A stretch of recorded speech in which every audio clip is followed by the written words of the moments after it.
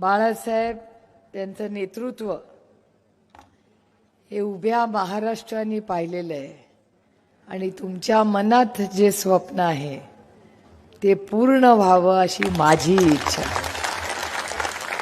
कारण महाराष्ट्राला एक सुसंस्कृत नेतृत्वाची खरंच गरज आहे.